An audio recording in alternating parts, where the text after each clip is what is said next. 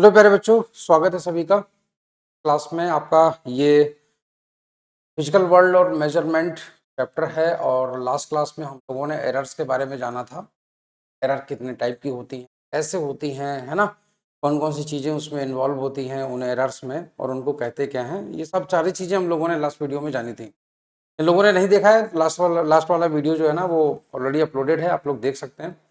तो आज हम लोग सीखने वाले हैं कि एरर कैलकुलेट कैसे करते हैं, है ना, परसेंटेज एरर क्या होती है, मतलब कैसे कैलकुलेट करते हैं। सवाल आते हैं आपके एग्जाम्स में, JEE का पेपर आप देना मेंस का, उसमें भी आपको मिलेगा, एडवांस में भी मिलेगा, नीट में भी मिलेगा। ठीक है, तो इसीलिए इसको जानना बहुत ज़रूरी है और बोर्ड एग्जाम में भी ये क्वेश्चंस आ जाते हैं। हालांकि कुछ बोर्ड एग्जाम्स ने अपने सिलेबस से इसे हटा दिया है, बट अगर आप बोर्ड एग्जाम दे रहे हैं तो भले ही आप बोर्ड एग्जाम के पेपर में ये आया ना आए, बट आपके कॉम्पिटेटिव एग्जाम्स में तो आएगा ही आएगा और लाइफ में और भी जगहों पर आएगा। जैसे इंजीनियरिंग करते हो तो भी आपको मिलेगा, मेडिकल में अगर MBBS में जाते हो तो ये इसका वहाँ इस्तेमाल नहीं होता है, मगर अगर इंजीनियरिंग करने जाओगे तो 100% आज नहीं तो कल आपको पढ़ना ही पड़ेगा। ठीक है, इसीलिए इसको बड़े ही ध्यान से पढ़ना, छोड़ने की जरूरत नहीं है, इतना ध्यान रखना लल्ला, ठीक है ना। चलिए, तो आज हम लोग सीखते हैं जरा एरर्स के बारे में कि एरर कैलकुलेट कैसे करते हैं। सबसे पहली चीज मैं आप लोगों को एक बात बताऊंगा। मान लेते हैं, जैसे सपोज दैट कि मैंने कोई एक कपड़ा दिया, कपड़े कोई बढ़िया सा टुकड़ा, मैंने आपसे कहा कि इसकी लंबाई जरा निकालो, और मैंने आपको 5 अलग अलग मतलब इंस्ट्रूमेंट दे दिए लंबाई निकालने के लिए, 5, सपोज दैट 5। मुझे पता है कि जो उसकी जो एग्जैक्ट लेंथ है वो तुम्हारी 2.5 मीटर है, मान लेते हैं। पहले समझना जरा इसको, ठीक है। मुझे पता है कि ये इसकी एग्जैक्ट लेंथ है, जो एग्जैक्ट लेंथ है ना कपड़े की, वो तुम्हारी है 2.5 मीटर, ठीक है। जो एग्जैक्ट वैल्यू होती है उसको हम लोग बोलते हैं ट्रू वैल्यू। ट्रू मतलब सत्यमान, ठीक है ना। हाँ, इसको हम लोग बोलते हैं ट्रू वैल्यू। ठीक, ओके। ये तुम्हारी ट्रू वैल्यू है इस कपड़े की, जो हमने तुम्हें नापने के लिए दिया है कि इसकी लंबाई बताओ पता करके, ठीक है। मगर जो आपने इंस्ट्रूमेंट से जो रीडिंग आपने निकाली है, पहली रीडिंग आपने निकाली 2.4 मीटर, ठीक है। दूसरी रीडिंग आपने निकाली 2.42 मीटर, ठीक है। तीसरी रीडिंग आपने निकाली 2.51 मीटर। चौथी जो रीडिंग आपने निकाली है वो कुछ और थी, और वो क्या थी, वो थी लगभग 2.5 मीटर, ठीक, 2.5 मीटर। और जो लास्ट रीडिंग थी वो थी 2.48 मीटर। मतलब ये रीडिंग आपने निकाली, ठीक है। चलो ठीक, मान लो अगर हमने तुम्हें नहीं बताया, कि इसकी एग्जैक्ट जो वैल्यू है वो 2.5 मीटर है, तो आप क्या करोगे इसकी एग्जैक्ट वैल्यू पता करने के लिए। तो देखो, एग्जैक्ट वैल्यू थोड़ा मुश्किल होगा आपके लिए निकाल पाना, मगर आप एग्जैक्ट वैल्यू के नजदीक तक पहुंच सकते हो। पता कैसे? आप ढेर सारी रीडिंग एक साथ ले लो, जितना ज्यादा रीडिंग आप लोगे, जितनी ज्यादा रीडिंग आप लोगे, उसकी एग्जैक्ट वैल्यू के पास पहुंचना उतना ज्यादा इजी हो जाएगा। कहने का मतलब, उतनी ज्यादा आप ट्रू वैल्यू के नजदीक चले जाओगे। अब उसके बाद में क्या करो आप, जो भी आपने रीडिंग ले ली है ना, इनको हम लोग बोलते हैं जनरली इस तरीके से। एक रीडिंग हमने ले ली, रीडिंग को हम लोग A1 इस तरीके से लिख लेंगे, रीडिंग A1, ये तुम्हारी A2, ये तुम्हारी A3, ठीक है ना, ये तुम्हारी A4 और ये तुम्हारी A5। इस तरीके से 5 रीडिंग हमने ले ली, तो टोटल रीडिंग्स तुम्हारी 5 है, ठीक है। टोटल रीडिंग्स कितनी है? 5। अब टोटल रीडिंग्स, इनको हम लोग स्मॉल n से डिनोट करेंगे, और वो है तुम्हारी 5, ठीक है। उसके बाद में इन सारी रीडिंग्स का एवरेज ले लो, मीन बोलते हैं उसे, ठीक है। तो हम लोग मीन वैल्यू अगर हम लोग ले लेते हैं, मीन वैल्यू, ठीक है, ए मीन। तो जो मीन वैल्यू हम लोग लेते हैं वो कितना हो जाएगा, A1 plus A2 plus A3, ठीक है ना, प्लस A4 प्लस A5, ठीक, अपॉन 5, ठीक। अब पांचों का वैल्यू लिख लो। पांचों का वैल्यू लिखोगे तो कितना होगा, पहले तुम्हारा लिखेगा 2.4, प्लस लिखोगे कितना 2.42, 2.42 प्लस 2.51 प्लस 2.5 प्लस 2.48, प्लस 2.48, ठीक है, अपॉन 5। इतनी वैल्यूज आप इस तरीके से लिख लो, ठीक है। तो जब आप लोग यहाँ पर ये इतनी लिख लेते हो ना, जब आप ये इतने यहाँ से लिख लेते हो, उसके बाद आप इनका मीन ले लो। कितना लिखोगे, पहले तो जोड़ लो इनको, ठीक है। तो 8 8 और ये 2.5 है ना, 0 हो गया 8 0, 8 1 9, 9 2 11, 11 11 का 1, 1 4 1 5, 5 10, 5 15, 4 19, 19 4 23, 2, ठीक है, 2 2 4, 2 6, 2 8, 2 10, 2 12। तो ये हो गया 12.31 अपॉन 5, ठीक है। तो यहाँ से हम लोग लिख लेंगे लगभग 5 5 दूना 10 और 5 चौके 20 और 5 छक्का 30, 5 दूना 10, मतलब लगभग ये आ गई वैल्यू 2.462। सोचो कि कितने नजदीक हम पहुंच गए। अगर हम इसकी नियर वैल्यू ले लें तो 6 को 1 में कन्वर्ट करके आगे वाले नंबर में जोड़ सकते हैं हम लोग, ठीक है। तो ये हमारे पास में ये मीन वैल्यू आ गई। मीन वैल्यू, जो मीन वैल्यू होती है ना, जनरली हम लोग एक्सपेरिमेंट वाली लैब के अंदर इसी को ही ट्रू वैल्यू मान के चलते हैं, ठीक है। इसी को ही हम लोग ट्रू वैल्यू मान के चलते हैं, ठीक है। इसी को ही ट्रू वैल्यू मान के चलते हैं। तो अगर कोई लड़का समझदार है तो वो हमें ये आंसर दे देगा, सर जो इस कपड़े की लेंथ है ना वो कितनी है, 2.462 मीटर्स। तो मैं सोचूंगा यार मैंने 2.5 मतलब दिया था 2.5 मीटर का, तो इसका मतलब लड़का बिल्कुल सही रीडिंग निकाल के बैठा है। इसका मतलब यह है कि सही है, रीडिंग होशियार है लड़का, ठीक है। तो बिल्कुल वैसे ही अब हम लोग आगे की तरफ बढ़ते हैं। तो जो ये डिस्ट्रीब्यूशन होता है ना इस तरीके का, अब इसमें एरर आने के चांसेस बहुत कम होते हैं। इसीलिए जब भी आप एक्सपेरिमेंट करते हो अपनी स्कूल की लैब में या जो भी हो, तो वहां पर आपसे बोला जाता है कि कई सारी रीडिंग लो, ठीक है।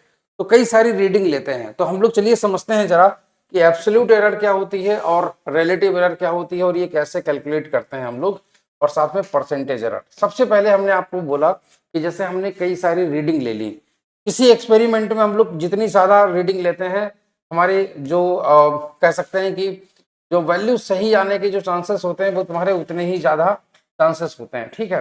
तो यहाँ से A1 A2 A3 इस तरीके से AN तक हमने इतने सारे एक्सपेरिमेंट्स किए थे, उतनी ही हमने यहाँ पे रीडिंग ले ली। उसके बाद में हम लोग क्या करते हैं, हमें नहीं पता था ना कि इसकी ट्रू वैल्यू क्या है, एग्जैक्ट वैल्यू क्या है।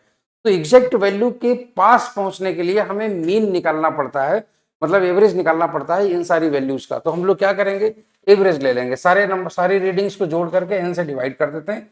ये आ जाता है तुम्हारा ट्रू वैल्यू। ये तुम्हारा ट्रू वैल्यू के लगभग बराबर होता है, ठीक है। तो हम लोग इसको इस तरीके से ऐसे करके कह सकते हैं, ठीक है। तो ये ट्रू वैल्यू के बिल्कुल नजदीक जाता है। मीन वैल्यू है ये, मीन वैल्यू, ठीक है। अब उसके बाद में क्या होता है कि हमें मान लो ट्रू वैल्यू पता चल गई। अब जरा सोचो कि उस ट्रू वैल्यू से हर एक रीडिंग को कंपेयर करो, जरा देखो कितना कितना अंतर आ रहा था। जैसे फॉर एग्जांपल इस वाली रीडिंग में अगर हम लोग जरा इसमें ध्यान दें तो ट्रू वैल्यू लगभग तुम्हारी 2.5 आ गई यहाँ पर, ठीक है। तो बिल्कुल 2.5 आ गई, 2.5 मीटर, ठीक। अगर हम यहाँ पर सभी रीडिंग्स का अपना इंडिविजुअल डिफरेंस देखें तो ये 2.4 मीटर है ना। तो जरा इसको इसकी एग्जैक्ट वैल्यू से घटाओ, 2.5 माइनस 2.4 तो आ जाएगा 0.1। इसका मतलब 0.1 मीटर का डिफरेंस था इसमें, ठीक है। तो 2.5 माइनस 2.4 इसका मतलब 0.1 का डिफरेंस था। इसमें 0.08 का डिफरेंस था। ऐसे ही इसमें प्लस में मतलब जो है ना वो डिफरेंस तुम्हारा जाएगा, ये ज्यादा वैल्यू आ गई है ना, तो तुम्हारा माइनस में चला जाएगा। तो ये चीज तुम्हारी 0.01 हो जाएगा डिफरेंस। तो इस तरीके से ये जो डिफरेंस होता है ना, इंडिविजुअल डिफरेंस जो निकल करके आता है, उस इंडिविजुअल डिफरेंस को हम लोग बोल देते हैं क्या, एब्सोल्यूट एरर, ठीक है। और इसको निकालते कैसे हैं, this is denoted by delta A. Delta A जो मॉड लगाया है मैंने, दो डंडियां खींची हुई हैं, इसका मतलब है कि हमें इस एब्सोल्यूट एरर का सिर्फ वैल्यू पता होना चाहिए, पॉजिटिव नेगेटिव से मतलब नहीं है, ठीक है। तो ये कैसे निकालते हैं, ये हमने बताया है कि जो तुम्हारी रीडिंग आएगी उसमें से तुम मतलब जो ट्रू वैल्यू है वो घटा दो, या ट्रू वैल्यू में से रीडिंग घटा दो, है ना। तो तुम्हारा आंसर आ जाएगा। तो डेल्टा A1 डेल्टा A2, तो डेल्टा जहां पर डेल्टा ए की हम लोग बात करते हैं तो समझ जाना कि वो एब्सोल्यूट एरर की बात कर रहा है, ठीक है। तो इस तरीके से हमने सारी रीडिंग्स की एब्सोल्यूट एरर निकाल दी। उसके बाद में एब्सोल्यूट एरर निकालने के बाद में हम लोग इनका मीन लेते हैं। इनका मीन लेते हैं तो हम लोग उसको बोल देते हैं मीन एब्सोल्यूट एरर। ठीक है, mean absolute error arithmetic mean होता है इनका, और इसको डेल्टा ए मीन करके हम लोग लिखते हैं। और इनका भी तरीका वही होता है, जितनी रीडिंग तुमने ली थी तो उनका जो भी डिफरेंस आया था उस डिफरेंस को भी मिनिमाइज करो, उस डिफरेंस को एग्जैक्ट वैल्यू पता करो कि नियर बाय डिफरेंस कितना लगभग आ सकता है, तो वो हमारा इतना आ सकता है, इतना। और ये चीज तुम्हारी होती है delta A1 plus delta A2 plus delta A3 plus delta AN upon n। ये वो वैल्यू है, ये वो वैल्यू है जो पॉइंट में डिफरेंस आया था। उन सभी को एक साथ कलेक्ट करो और नंबर ऑफ रीडिंग से डिवाइड कर दो। तो जो सोचो कि जो तुम अगली रीडिंग एक एब्सोल्यूट जो तुम रीडिंग निकालना चाह रहे थे, उस एब्सोल्यूट रीडिंग में जो डिफरेंस भी अगर आएगा ना, तो इस तो मिनिमम इतना डिफरेंस आ सकता है, मिनिमम इतना डिफरेंस। ठीक है, तो यहां से हम लोगों के पास में ये चीज निकल आती है, और इसी को हम लोग, ये जो तुम्हारा डिफरेंस होता है ना, तो इसी को हम लोग लिखते हैं ए बराबर, ऐसे ऐसे करके लिखते हैं। ये जो मीन वैल्यू है ना, ये एक्चुअल में तुम्हारी ट्रू वैल्यू है। ठीक है, इसको हम लोग बोलते हैं ट्रू वैल्यू। ठीक, ट्रू वैल्यू। और ये है तुम्हारा डेल्टा ए मीन जो हमने यहां से निकाला है। ठीक है ना, मीन एब्सोल्यूट एरर। कभी भी आप क्वेश्चन में देखोगे तो इसी तरीके से इसमें लिखा जाता है कि कोई भी क्वांटिटी को मापा गया है, कोई क्वांटिटी मापा गया है तो उसकी एक तुम्हारी ये वैल्यू निकल करके आती है, प्लस माइनस समथिंग ये लिखा होता है। तो ये जो तुम्हारी होती है वो तुम्हारी मीन एब्सोल्यूट एरर होती है जो दी होती है। इसका ये मतलब हो गया कि ये जो क्वांटिटी आपने मापी है, एल जो तुमने मापा है, उसकी जो वैल्यू होती है वो तुम्हारी इसके प्लस से लेकर के इसके माइनस के डिफरेंस के बीच में लाई करती है, यहां से लेकर के यहां तक लाई करती है, मतलब इन दोनों के बीच में ही इसकी रेंज होती है। और मैं आपको एक बात और बता दूं, ये जो एरर होती है यहां से एरर, वो गॉसियन डिस्ट्रीब्यूशन लॉ पर डिपेंड करती है। गॉसियन डिस्ट्रीब्यूशन लॉ क्या है, ये ग्राफ मैं आप लोगों को आगे बताऊंगा। अब इसको एक बार जरा समझो। ये जो हमने जो अभी एग्जाम्पल आप लोगों को बताया था, ये उसी एग्जाम्पल से ही हम लोग इसको आगे की तरफ बढ़ा के ले चलेंगे। ठीक है, ये स्टेप्स हैं जो सिंपली हम लोगों को कैलकुलेट करने होते हैं। तो कोई भी जो क्वांटिटी है, जैसे हमने मान ली थी कि हमने फॉर एग्जाम्पल, आप समझिएगा, फॉर एग्जाम्पल हमने आपको लेंथ वाला एग्जाम्पल दिया था, इसकी जो एग्जैक्ट वैल्यू है मतलब ट्रू वैल्यू, ठीक है, हाँ, ट्रू वैल्यू जो है ना वो तुम्हारी कितनी थी, 2.5 मीटर। ठीक है, जो इसमें जो मीन वैल्यू निकल करके आई थी, मीन वैल्यू वो आई थी तुम्हारी 2.46 आई थी। मगर जरा सोचो कि जो डिफरेंस निकल करके आया था, पॉइंट वाला जो डिफरेंस निकल करके आया था, ठीक है ना, तो डेल्टा ए था, वो डेल्टा ए, और वो डेल्टा ए तुम्हारा हर एक का अलग अलग था, डेल्टा A1 A2 A3, मगर सभी का अगर डेल्टा ए निकाला जाए तो वो कितना आया, वो अगर हम लोग निकालना चाहें तो अभी निकाल सकते हैं। वही तुम्हारा पॉइंट वॉइंट इस तरीके से सबको जोड़ घटा करके, सपोज दैट मान लेते हैं कुछ भी आया, तो हमने यहाँ पर लिख दिया 2.46 प्लस माइनस, और ये जो भी आया तुम्हारा डेल्टा ए। ठीक है, तो इस तरीके से हम लोग लिखते हैं, ये इस तरीके से। ठीक है, सॉरी, डेल्टा ए तुम्हारा ये नहीं, डेल्टा ए समथिंग आएगा कुछ। ठीक है, डेल्टा ए तुम्हारा मान लेते हैं कुछ भी आया, तो जो क्वांटिटी होगी, जो एग्जैक्ट जो क्वांटिटी जो हमने मेजर करी है, उसकी जो वैल्यू लिखी जाती है, तो वो तुम्हारी इसके टर्म्स में लिखी जाएगी 2.46 plus minus dash dash dash करके ये। तो इसका ये मतलब हो जाता है कि जो हमने वैल्यू मापी है, जो लंबाई मापी है हमने एक्चुअल में, तो 2.46 प्लस हो सकता है 0.1 हो सकता है 0.15 हो, है ना, तो प्लस 1.5 और प्लस 0.15 और माइनस 0.15, इसमें से एक बार जोड़ दो इसमें और एक बार इसमें घटा दो, और इन दोनों का डिफरेंस देख, तो ये जो क्वांटिटी होगी वो इनके बीच में ही कहीं होगी, इससे ऊपर से रेंज से बाहर नहीं जाए।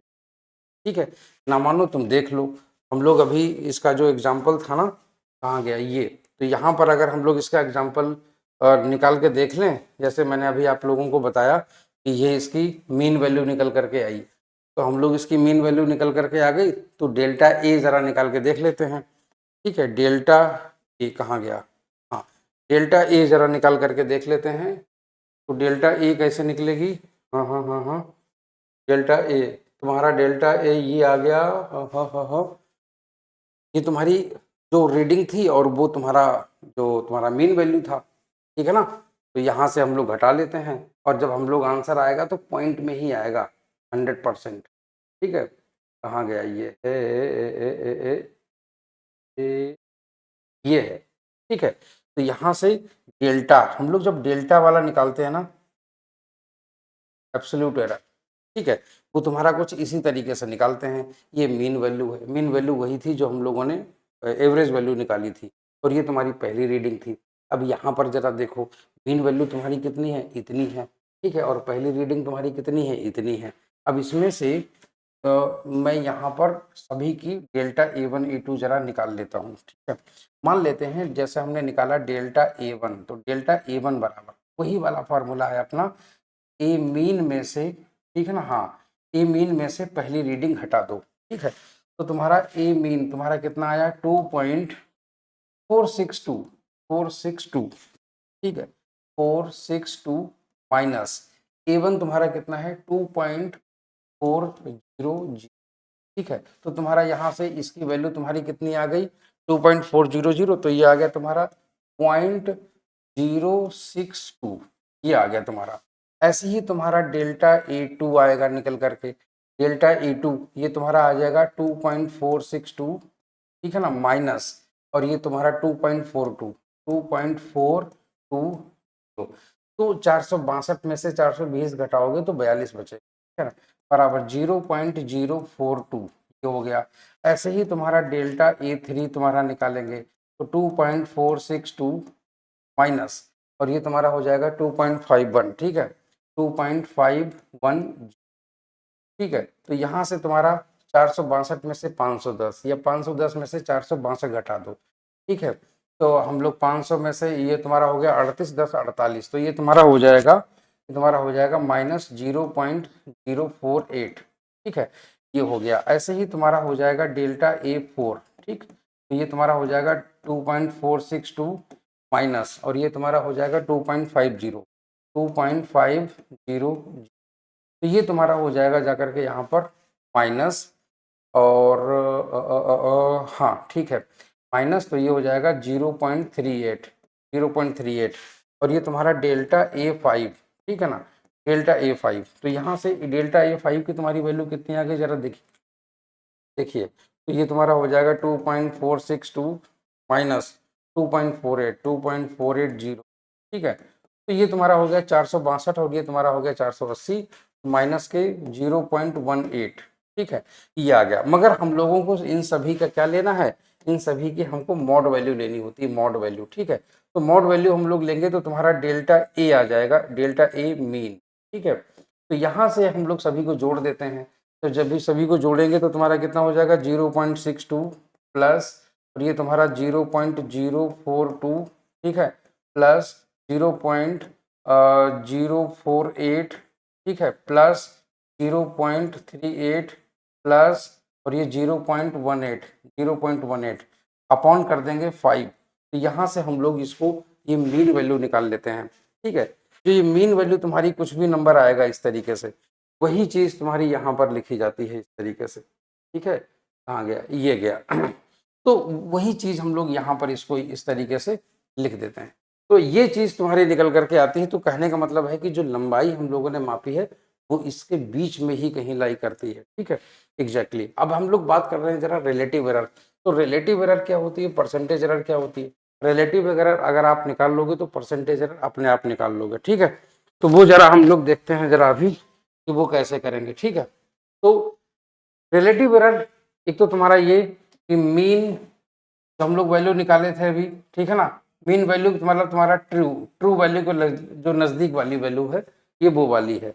ये मेजरमेंट की पूरी डोमेन होती है कि मैक्सिमम क्या वैल्यू हो सकती है, ठीक है। और ये अभी जो हम लोगों ने मीन एब्सोल्यूट एरर निकाली थी वो थी मीन एब्सोल्यूट एरर, ठीक है। तो वो तुम्हारा था, और अपॉन तुम्हारा टोटल जो वैल्यू हो सकती है वो, ठीक है। और इसको हम लोग बोल देते हैं रिलेटिव एरर। और अगर परसेंटेज एरर में कन्वर्ट करना है तो हम लोग यहाँ से 100 का मल्टीप्लाई कर देते हैं और आ जाता है हमारा परसेंटेज एरर में। देखो थ्योरी थोड़ी सी ऐसी होती है जो हो सकता है कि थोड़ा कम समझ में आए, मगर एग्जाम्पल जब हम लोग करेंगे सारी चीज़ें ओके हो जाएंगी। कैसे, जरा समझना जरा इसको ध्यान से, ठीक है। ये सारे फार्मूले भी अभी आपको याद हो जाएंगे। अब समझो, एक एक जैसे एक एग्जाम्पल है, बहुत बढ़िया एग्जाम्पल है आपका। दो घड़ियां ली गई हैं, दो घड़ियां, ठीक है। नेशनल फिजिकल लेबोरेटरी नई दिल्ली में 2 घड़ियां ली गई, एक है क्लॉक 1, एक है क्लॉक 2, ठीक है। और उनसे टाइम मापा गया, उनसे टाइम मापा गया। आपको बताना है कि कौन सी घड़ी ज़्यादा प्रेफरेबल है, हम किस घड़ी को ज़्यादा प्रेफर करें, ठीक है। अब समझिए, पहली घड़ी ने समय मापा 12:05 ऐसे ही ये पहली पहली घड़ी की रीडिंग है, पहली घड़ी की रीडिंग हो गई ये। और ऐसे ही जो पहली जो मंडे को उसने टाइम नापा ये हो गया, ट्यूसडे को मापा ये, वेडनेसडे को ये, थर्सडे को ये, फ्राइडे को ये, सैटरडे को ये और संडे को ये। अच्छा, क्लॉक 2 से समय मापा गया तो 10 बज के मतलब 10 घंटा 15 मिनट 06 सेकंड, और इस तरीके से उसने भी पूरे हफ्ते का समय मापा, ठीक है, किसी काम का। तो अब आपको क्या है कि इनमें से कौन सी घड़ी है जो हमें प्रिफर करनी चाहिए। देखो, घड़ी हम वही प्रिफर करेंगे जिसमें एरर के चांसेस सबसे कम हो, जिसमें एरर का दायरा बहुत कम हो। किसी में एरर आ गई 10%, किसी में एरर आ गई 2%, तो हम जो सबसे कम एरर होगी उसी को प्रिफर करेंगे। कैसे कैलकुलेट करेंगे वो देखिएगा। ये रीडिंग्स हैं, ठीक है ना। अब हमको करना क्या है समझना जरा, ठीक है? अब यहाँ पर ये तुम्हारा जो है ना, ये एग्जैक्ट वैल्यू है, this is the true value, ये तुम्हारी ट्रू वैल्यू है, ठीक, 12 बजे के नजदीक का। अब आप जरा ध्यान से देखना, तो ऐसे केस में हम लोग क्या करेंगे, अब ये हमारी ट्रू वैल्यू से, ट्रू वैल्यू ये है इसकी क्लॉक 1 के लिए, और क्लॉक 2 के लिए तुम्हारी ट्रू वैल्यू थी, क्लॉक 2 के लिए तुम्हारी ट्रू वैल्यू थी 10:15, ठीक है। हाँ, मतलब 10 घंटा 15 मिनट, ये इसकी ट्रू वैल्यू थी, ये इसकी। अब हमको यहाँ पर देखना है, तो पहली रीडिंग हमने देखा तो पहली रीडिंग तुम्हारी 5 सेकंड ज़्यादा आ गई, दूसरी रीडिंग में 75 सेकंड ज़्यादा आ गई, तीसरी रीडिंग में 52 सेकंड कम आ गई, चौथी रीडिंग में 11 मतलब 110 सेकंड तुम्हारी ज़्यादा रीडिंग आ गई चौथी रीडिंग में, ये है तुम्हारी, ठीक है। और पांचवें में 45 सेकंड कम, फिर बाद में 90 सेकंड ज़्यादा, 79 सेकंड ज़्यादा रीडिंग आ गई। अच्छा, ऐसे तुम्हारे क्लॉक 2 की रीडिंग्स हैं, जो अगर ज़्यादा है तो प्लस है, कम है तो तुम्हारा माइनस में आ गया है, इस तरीके से, ठीक है। ये तुम्हारी उसकी रीडिंग होगी क्लॉक 2 की। अब हम लोगों को रेंज देखनी है कि रेंज क्या है। सबसे मिनिमम वैल्यू इसने जो नापी है, मतलब मिनिमम डिफरेंस जो आया है निकाल करके, वो तुम्हारा 52 है, और प्लस तुम्हारा सबसे ज्यादा है वो तुम्हारा +11 110 तक है। तो जरा सोचो कि किसी नंबर लाइन पर -52 यहाँ है और ये तुम्हारा 110 तुम्हारा यहाँ है। अब तुम सोचो कि ये यहाँ से लेकर के यहाँ तक की वैल्यूज को कवर कर रहा है, इतनी सारी वैल्यूज में फ्लक्चुएशन दे रहा है। और इसमें देखो जरा, इसमें रेंज देखो, इसमें सबसे कम कितना है तुम्हारा, सबसे कम है तुम्हारा -7, ठीक है, -7 ये है तुम्हारा, इसी लाइन में खींच देते हैं, तो -7 तुम्हारा लगभग यहाँ कहीं आएगा, -7, ठीक है। और सबसे ज्यादा यहाँ पर कितना है, +24 है, तो +24 तुम्हारा वो भी लगभग यहाँ पर आएगा, +24। तो जरा सोचो कि इसमें बहुत कम रेंज दे रहा है इस तरीके से, मतलब वो क्लॉक 2 कह रहा है कि हमारी रीडिंग सिर्फ इसके बीच में ही फ्लक्चुएट करती है, ये कह रही है हमारे बीच में इतनी इतनी रेंज है हमारी फ्लक्चुएशन की। तो ये इसकी रेंज तुम्हारी कितनी हो गई, 162, ठीक है, इसकी 162 रेंज आएगी, और इसकी कितनी आएगी, 24/7 31। तो जिसकी रेंज फ्लक्चुएशन की सबसे कम होगी वो उसकी एक्यूरेसी ज्यादा होगी, है ना, उसकी एक्यूरेसी ज्यादा होगी और इसकी एक्यूरेसी तुम्हारी कम होगी। तो ऑब्वियस सी बात है कि हम लोग क्लॉक 2 प्रीफर करेंगे, ठीक है। तो इस तरीके से हम लोग यहाँ पर घड़ी को पहचान लेंगे कि हमारे लिए घड़ी कौन सी सही है, ठीक है। अब चलते हैं जरा अगला एक क्वेश्चन देखते हैं, ठीक है। जैसे मान लेते हैं फॉर एग्जांपल कोई सिंपल पेंडुलम है, पेंडुलम समझते हैं आप लोग, पेंडुलम मतलब झूला टाइप का, धागे से बंधा हुआ कोई नीचे एक टुकड़ा है वो बंधा हुआ है, उसकी रीडिंग ली गई इस तरीके से, उसका टाइम पीरियड मेजर किया गया। अब टाइम पीरियड मेजर किया गया तो टाइम पीरियड कुछ इस तरीके से आए हैं, 2.63 seconds, 2.56 seconds, 2.42 seconds, 2.71 seconds and 2.80 seconds, ठीक है। और तुमसे कह रहा है कि आप कल कैलकुलेट करना है absolute error, relative error and percentage error. अब देखो, हमें यहाँ पर ट्रू वैल्यू नहीं दी गई है, हमें नहीं बताया किसी ने कि इसका एग्जैक्ट टाइम पीरियड क्या है, मगर हमको उसके नजदीक पहुंचना है। कैसे पहुंचेंगे, हम लोग सबसे पहले इन सारी वैल्यूज का मीन ले लेंगे, तो हमें अंदाजा लग जाएगा कि ट्रू वैल्यू के आसपास कहीं यहीं पर होगी। तो ट्रू वैल्यू हम लोग इनकी सबसे पहले निकालेंगे, ठीक है ना। तो ट्रू वैल्यू मतलब ट्रू वैल्यू नहीं कह सकते मगर मीन कह सकते हैं उसको, ठीक है ना। तो मीन वैल्यू तुम्हारी वो तुम्हारी कितनी आ जाएगी, T1 प्लस तुम्हारा T2 प्लस तुम्हारा T3 प्लस तुम्हारा T4, है ना, 1 2 3 4 5 प्लस तुम्हारा T5 अपॉन 5। तो इस तरीके से तुम्हारा T मीन निकल आएगा, ठीक। अब देखो जरा मीन निकल आया यहाँ पर, ये हमने टी मीन निकाल लिया यहाँ पर, ठीक है। Mean value of time period of oscillation, ये मीन वैल्यू हमें ये बताता है कि नजदीकी वैल्यू है, ये वो सबसे नजदीक वैल्यू है जो ट्रू वैल्यू के बिल्कुल नजदीक होती है। तो हम लोगों ने यहाँ से इस तरीके से सभी को मैंने जोड़ा, ठीक है ना। 2.56 2.42 2.71 2.80 ये सारी की सारी रीडिंग्स थी, 5 से डिवाइड कर दिया। 5 कहाँ से आया, जितनी रीडिंग होती है उसी से डिवाइड करते हैं, और इस तरीके से हमारी वैल्यू आ गई 2.624 सेकेंड्स। इसका ये मतलब हो गया कि जो हमारी ट्रू वैल्यू है वो लगभग इसके कहीं आजू बाजू ही है, एग्जैक्ट ये नहीं है मगर इसके आजू बाजू है। तो ये हमारे ये चीज पता चल गई कि हमारी मीन वैल्यू है, ठीक। अच्छा, अब हम लोग क्या करेंगे कि इंडिविजुअल एरर निकालेंगे, जरा इंडिविजुअल डिफरेंस निकालें। हम इसी को मान के चलते हैं कि यही ट्रू वैल्यू है, ठीक है। मान लो यही ट्रू वैल्यू है, तो ट्रू वैल्यू से हर एक की रीडिंग का डेविएशन कितना था, तो हम लोग वो देखते हैं जरा। अब यहाँ पर क्या है कि 2.62 है ना, 2.62, तो पहली वाली जो रीडिंग थी वो थी तुम्हारी 2.63, तो हमने 2.63, देखो किसी में से भी कोई भी घटा दो आपको लेना पॉजिटिव ही है, ठीक है। 2.62 माइनस 2.63 कर सकते हो या 2.63 माइनस 2.60 कर दो, लेना पॉजिटिव ही है, नेगेटिव नहीं लेना है। हमें सिर्फ देखना है इंडिविजुअल का डिफरेंस कितना है। तो ये हो गया तुम्हारा 2.63 माइनस 2.62, तो ये आ गया 0.01 सेकेंड्स। 2.5 सेकंड 2.56 माइनस 2.62 माइनस 0.06, ठीक है।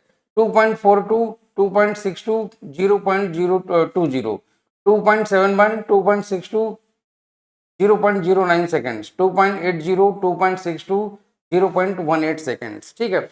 वो तुम्हारे क्या हैं, ये तुम्हारे हैं डेल्टा A1, ठीक है, डेल्टा A1, और ये तुम्हारा क्या है डेल्टा A2, और ये तुम्हारा क्या है डेल्टा A3 जो हम लोगों ने अभी निकाला था वहां पर, ये तुम्हारा क्या है डेल्टा A4, और ये तुम्हारा क्या है डेल्टा A5। एक्चुअल में ये delta T1 delta T2 delta T3 delta T4 delta T5 है। हमें इनका मॉड लेना है, तो हम लोग अगर इनका मॉड ले लेंगे तो तुम्हारा कितना आ जाएगा, ये माइनस वाले सारे साइन तुम्हारे प्लस में हो जाएंगे, ठीक है। तो ये तुम्हारी कहलाती है absolute error in individual measurement.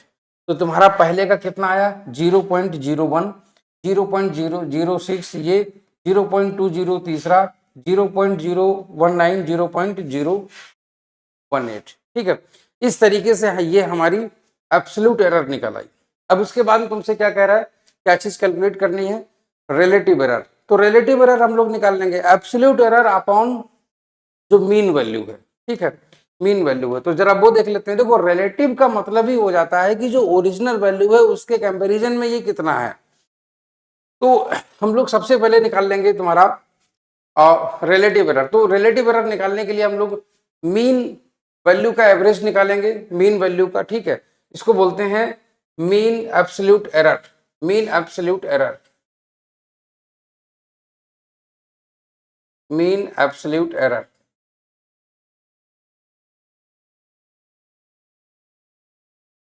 ठीक, मीन एब्सोल्यूट एरर।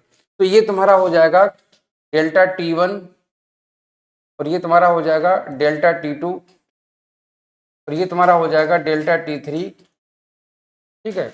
ये तुम्हारा डेल्टा T4, ये तुम्हारा डेल्टा T5 अपॉन 5, ठीक। तो इस तरीके से हम लोगों ने ये निकाल लिया। तो मीन एब्सोल्यूट एरर तुम्हारा आंसर आ गया कितना 0.011 सेकेंड्स, 0.011 सेकेंड्स आ गया। चलिए अब हम लोग इसको इस तरीके से लिख सकते हैं कि जो हमारा जो आंसर आया था ना, तो टी की जो वैल्यू है, जो हमने जो कह सकते हैं कि जो वैल्यू आ सकती है, तो वो तुम्हारी होगी 2.62, ये 2.6 नहीं है 2.62 होगा, प्लस माइनस 0.11, साथ में एरर लिखी जाती है, ठीक है ना। तो इस तरीके से हम लोग इसको लिखते हैं। ये जो वैल्यू होती है ये वही होती है जो मीन वैल्यू होती है, जो ट्रू वैल्यू के नजदीक होती है। तो हम लोग इसको लिखते हैं तुम्हारा क्या, टी मीन, ठीक है, प्लस प्लस माइनस तुम्हारा डेल्टा टी मीन, ठीक है।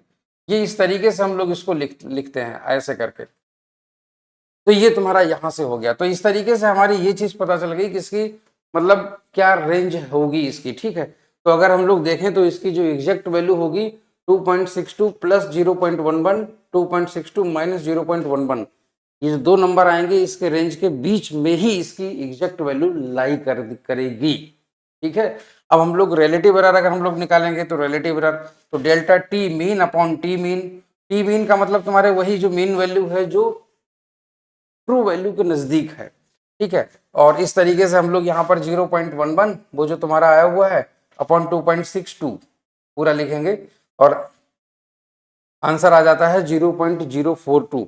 और हमारा जो मतलब आंसर निकल के आ जाता है 100 से मल्टीप्लाई कर देते हैं तो तुम्हारा आ जाता है 4% अप्रोक्सीमेट, ठीक है। तो इस तरीके से हमारा आंसर आ जाता है। रिलेटिव एरर तुम्हारी ये आ जाती है, ठीक है, 0.042। तो इस तरीके से हम लोग यहाँ पर आंसर निकालते हैं। अभी एक और एग्जाम्पल करते हैं तो समझ में आएगा धीरे धीरे, ठीक है। चलिए, अच्छा पहली चीज अब ये देखते हैं, जैसे कुछ सवाल हमारे पास में आते हैं। फॉर एग्जाम्पल मान लेते हैं जैसे ये दो हमारे पास में पेन है, ये दो पेन है, इसकी लंबाई दी गई है समथिंग प्लस माइनस समथिंग, ठीक है। इसकी लंबाई भी कुछ समथिंग दी गई है, इसकी लंबाई भी एरर के फॉर्मेट में दी गई है, इसकी लंबाई भी एरर के फॉर्मेट में दी गई है। दोनों को जोड़ दिया तो जरा बताओ टोटल जो लेंथ होगी उसको जोड़ने में कितनी एरर आएगी। ऐसे सवाल भी आते हैं। जैसे इस पेन को जब नापा गया था तो इसकी लंबाई की एक रेंज दी गई होगी कि 2 मीटर प्लस माइनस 0.01 मीटर, और इसकी भी कुछ लेंथ दी गई होगी 1 मीटर प्लस माइनस 0.02 मीटर। इस तरीके से दोनों को जोड़ देंगे तो कितनी एरर आएगी, ऐसे सवाल भी पूछे जाते हैं।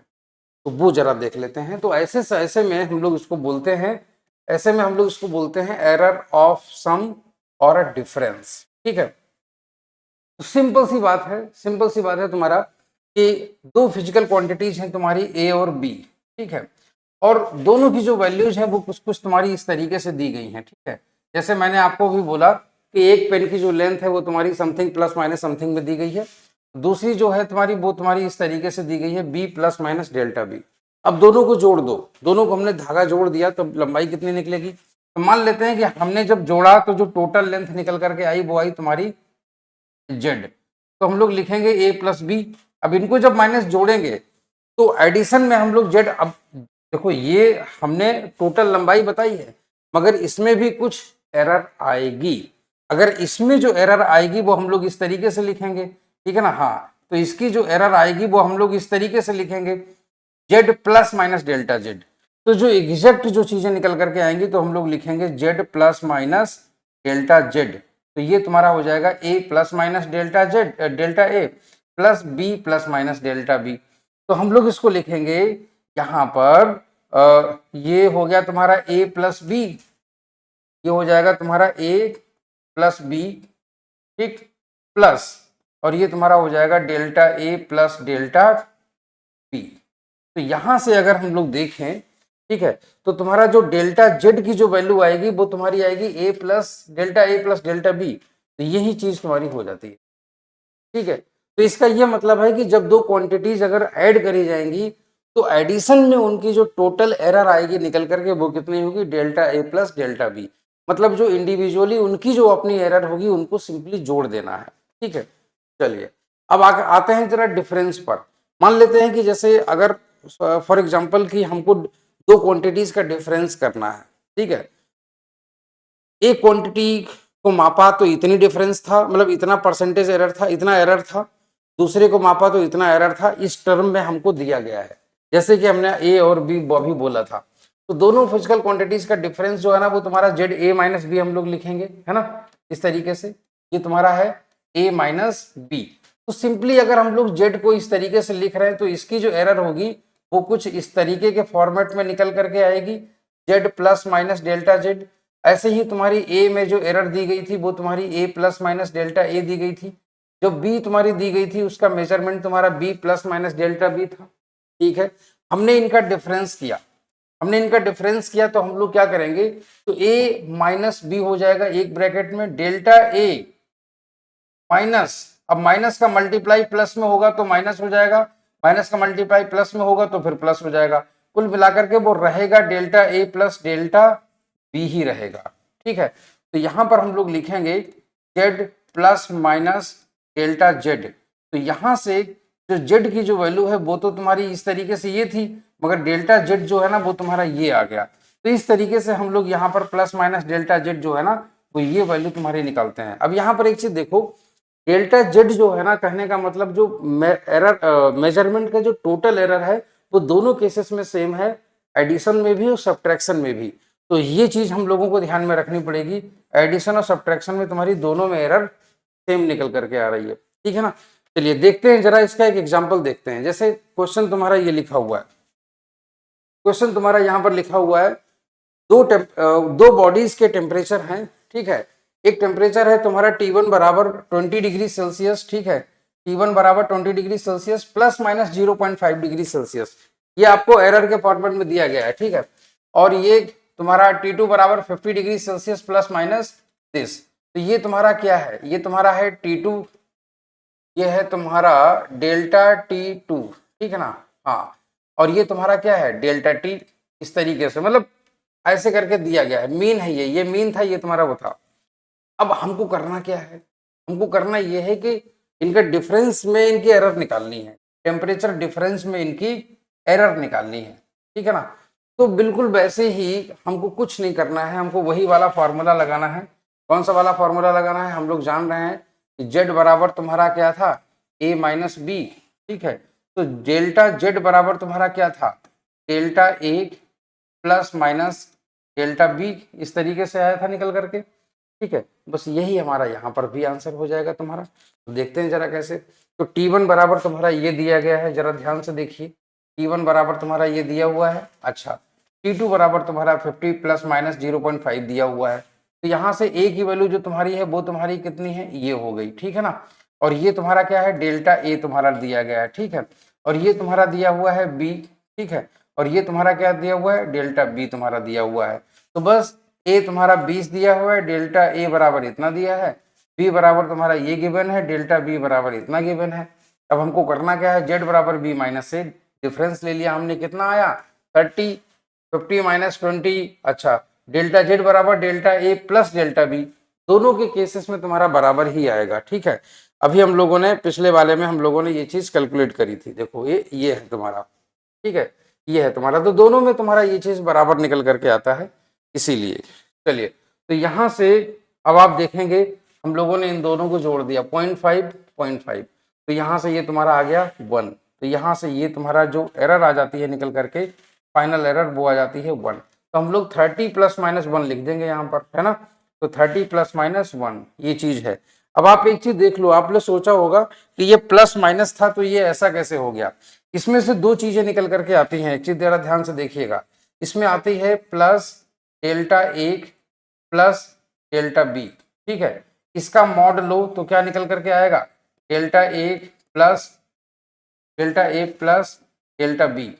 और दूसरी चीज इसमें निकल के आती है माइनस डेल्टा एक माइनस डेल्टा बी। जरा इसका भी मॉड ले लो तो क्या निकल के आएगा डेल्टा एक प्लस डेल्टा बी। तो इसका भी, ये भी पॉजिटिव है, ये भी पॉजिटिव है, इसीलिए ये यहाँ पर delta A plus delta B है। हम लोगों को मॉड वैल्यू चाहिए होती है, ठीक है ना, जो कि हम लोग फाइनल आंसर में बाद में लिखते हैं। तो यहाँ से ये चीज तुम्हारा आंसर आ जाता है सिंपली। तो एडिशन में, सब्ट्रैक्शन में हमने सीख लिया, मल्टीप्लीकेशन में सीखते हैं। आइए अब आप देखते हैं जरा मल्टीप्लीकेशन में, ठीक है। जैसे कोई क्वांटिटी है, अब जैसे दो क्वांटिटी है तुम्हारी, एक क्वांटिटी ए है और एक क्वांटिटी बी है, इन दोनों का मल्टीप्लिकेशन हो रहा है। जैसे तमाम होती हैं, जैसे मान लेते हैं हम लोग जानते हैं एस बराबर यूटी होता है, ठीक है, मतलब स्पीड इनटू टाइम। अब स्पीड के मेजरमेंट में तुम्हारा जो है ना, मेजरमेंट में ए प्लस डेल्टा ए हमारा इस तरीके से मेजरमेंट दिया हुआ है। टाइम जो है ना वो तुम्हारा दिया गया है बी प्लस डेल्टा बी, इस तरीके से। तो जरा बताओ कि इसकी डिस्टेंस कैलकुलेट करेंगे तो मेजरमेंट में कितनी मिस्टेक आएगी। तो इसीलिए ऐसे सवाल इसमें पूछे जाते हैं और ये चीज तुम्हें जानना भी जरूरी है कि ये कैसे क्या होता है। ठीक है, तो यहाँ पर दो क्वांटिटीज का मल्टीप्लीकेशन हो रहा है। हम लोग सिंपली जानते हैं कि जब हम लोग इसको इस तरीके से करेंगे तो इसकी जो एरर का फॉर्मेट आएगा तो वो लिखेंगे जेड प्लस डेल्टा जेड, ठीक है ना। तो एरर इस तरीके से हम लोग यहाँ पर लिखते हैं। अच्छा, ए तुम्हारा हम लोग इस तरीके से लिखते हैं ए प्लस डेल्टा ए और ये B plus minus delta B, ठीक है ना। अच्छा, अब हम लोग सिंपली क्या करेंगे, मल्टीप्लाई कराएंगे। जरा बी का मल्टीप्लाई ए में कराओ, क्या हो जाएगा, ए बी, ठीक है। बी का मल्टीप्लाई डेल्टा ए में कराओ, प्लस माइनस डेल्टा, ये प्लस माइनस ये और बी डेल्टा ए यहाँ हो गया। उसके बाद डेल्टा बी का मल्टीप्लाई ए में कराओ, प्लस माइनस ए इंटू डेल्टा बी, फिर plus minus delta A delta B, इन दोनों का आपस में।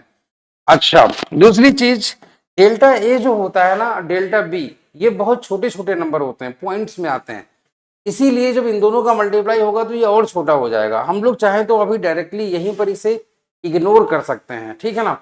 ये जो क्वांटिटी होगी this is very very small, ठीक है ना। हाँ, तो ये तुम्हारी वेरी वेरी स्मॉल होती है, इसीलिए हम लोग इसको इग्नोर कर सकते हैं, ठीक। चलिए, तो यहां से अब हम लोग क्या लिखेंगे, तो तुम्हारा z प्लस माइनस जेड, ये तुम्हारा हो गया ऐसे करके। अच्छा, क्या हो गया, A B plus minus B delta A plus minus A delta B, वो वाली क्वांटिटी हमने इग्नोर कर दी। चलो ठीक, अब उसके बाद में हम लोग क्या करेंगे, जेड से डिवाइड कर दो। अब पूछो कि जेड से डिवाइड क्यों किया, क्योंकि हमें रिलेटिव एरर निकालनी है। रिलेटिव एरर निकालने के लिए क्या होता है कि अपॉन टोटल वैल्यू भी लिखा जाता है, जो एग्जैक्ट वैल्यू होती है वो। तो हम लोग यहाँ पर 1 जेड से डिवाइड करेंगे तो यहाँ से क्या करेंगे, 1 plus minus delta Z upon Z, ये आ गया तुम्हारा। यहाँ पर ए बी से डिवाइड कर देंगे पूरा, ठीक है। तो यहाँ पर ए बी से डिवाइड करेंगे तो ये तुम्हारा 1 हो गया, ठीक है। अच्छा, प्लस माइनस तो डेल्टा ए अपॉन ए हो जाएगा यहाँ पर जब ए बी से डिवाइड करेंगे, ठीक। यहाँ पर तुम्हारा ए बी से डिवाइड करेंगे तो तुम्हारा हो जाएगा डेल्टा बी अपॉन बी, और यहाँ पर ए बी से डिवाइड करेंगे तो ये हो जाएगा। मगर ये जो क्वांटिटी है ना, ये तुम्हारी जीरो हो जाती है, मतलब जीरो, नेग्लिजिबल, नेग्लेक्ट, इसको हम लोग नेग्लेक्ट कर सकते हैं क्योंकि ये बहुत छोटी क्वांटिटी है। अब तुम्हारे पास में क्या बचा, 1 plus delta Z upon Z बराबर 1 plus minus delta A upon A plus minus delta B upon B. अब हम लोग क्या करेंगे, सीधे सीधे 1 से 1 तुम्हारा गायब हो गया, घट गया, सब्ट्रैक्ट हो जाएगा, जीरो हो जाएगा। तो डेल्टा जेड अपॉन जेड हो जाएगा और ये हो जाएगा delta A upon delta A और ये plus minus delta B upon B. तो कायदे में हम लोग अगर जो सिंपली हमने पॉजिटिव ले लिया, ठीक है। पॉजिटिव इसलिए ले लिया क्योंकि मैग्नीट्यूड हम लोगों को लेना होता है। तो यहां से अगर हम लोग देखें तो तुम्हारा जो पॉसिबल रिलेटिव एरर जो निकल करके आती है, अरे पॉसिबल जो रिलेटिव एरर निकल करके आती है, रिलेटिव एरर तभी निकलती है जब तुम्हारा नीचे जेड से डिवाइड किया गया हो। तो ये आ जाता है delta A upon A plus delta B upon B. ये डिवीजन के लिए भी सच है, डिवीजन के लिए इसलिए सच है क्योंकि जब आप ए अपॉन बी करोगे ना तो भी तुम्हारा यही आएगा। कैसे, आगे वाले फॉर्मूले में देखते हैं कैसे आता है। तो याद रखिएगा, जब दो क्वांटिटीज का मल्टीप्लाई हो रहा हो तो हम लोग रिलेटिव एरर, इनके जो फाइनल वैल्यू निकल करके आती है, तो रिलेटिव एरर हम लोग कुछ इस तरीके से निकालते हैं, ठीक है। अब हम इसका एक सवाल भी जरा हम लोग देख लेंगे। जैसे मान लेते हैं ये है, अब मान लेते हैं जैसे तुम्हारा रेजिस्टेंस है R बराबर वी अपॉन आई होता है, ओम का नियम होता है, हम लोग जानते हैं। कह रहा है कि वोल्टेज तुम्हारा मेजर किया गया है तो कुछ इस तरीके से है और आई तुम्हारा कुछ इस तरीके से मेजर किया गया है। जरा बताइए कि रेजिस्टेंस में परसेंटेज एरर क्या होगा, तो रेजिस्टेंस में परसेंटेज एरर क्या होगा। तो सिंपल सी चीज है, हम लोग अभी कर लेंगे इसको, ठीक है। तो जरा ध्यान से देखिएगा, R बराबर तुम्हारा क्या हो जाएगा, V अपॉन आई। तो ये तुम्हारा हो गया 100 प्लस माइनस 5, क्योंकि ये वैल्यू हम लोगों को दी हुई है, ठीक है ना। तो ये तुम्हारा है V और ये तुम्हारा है प्लस माइनस डेल्टा V, ठीक है। और ये तुम्हारा क्या है, I और ये है तुम्हारा प्लस माइनस डेल्टा I, ठीक है। अच्छा, हम लोग R प्लस जो रेजिस्टेंस में जो मेजरमेंट आएगा वो इस तरीके से लिखा जाएगा, R plus minus delta R, क्योंकि भाई एरर तो आएगी ही आएगी, इसलिए प्लस माइनस डेल्टा R। अच्छा, उसके बाद में प्लस माइनस डेल्टा R, तो V plus minus delta V upon ये। अब हम लोगों ने ये वाला फॉर्मूला पढ़ा ही हुआ है, तो डेल्टा R बाई R और तुम्हारा delta V upon V, delta I upon I। Multiplication और डिवीजन दोनों में सच होता है, ठीक है। तो डेल्टा V तुम्हारी वैल्यू क्या थी, 5 अपॉन V 100 प्लस 0.2 अपॉन 10, और ये तुम्हारी वैल्यू हम लोग इस तरीके से निकालते हैं और आंसर आ जाता है तुम्हारा ये। तो इसका ये मतलब हो गया कि डेल्टा आर अपॉन आर तुम्हारी वैल्यू कितनी आ गई, डेल्टा आर बाई आर की जो वैल्यू हो गई, इसको बोलते हैं रिलेटिव एरर, ठीक है ना। हाँ, रिलेटिव एरर, और रिलेटिव एरर की वैल्यू आ गई तुम्हारा 0.07। इसका मतलब ये आ गया 7%, इसका मतलब आ गया 7%, ठीक है ना। हाँ, तो ये तुम्हारा 7% है इस तरीके से, ठीक है, 7%। तो हम लोग 100 से मल्टीप्लाई करा देते हैं तो तुम्हारा परसेंटेज में निकल आता है, ठीक है। एक फॉर्मूला मैं आप लोगों को अंतिम बार ऐसा बताऊंगा जिसमें मल्टीप्लिकेशन डिवीजन दोनों इंक्लूड होंगे, चलिए वो भी देख लेते हैं जरा। पहले तो हाँ, ये वाला एग्जाम्पल है, ये एग्जाम्पल भी एनसीईआरटी का ही एग्जाम्पल है, और इसमें दोनों एक साथ इंक्लूडेड होंगे, मल्टीप्लिकेशन और डिवीजन। तो इसे एक बार प्लीज सॉल्व करके जरूर देखिएगा। दो रजिस्टर हैं तुम्हारे R1 और, हाँ, दो रजिस्टर हैं तुम्हारे R1 और R1 तुम्हारा ये है और R2 तुम्हारा इस तरीके से दिया हुआ है, ठीक है।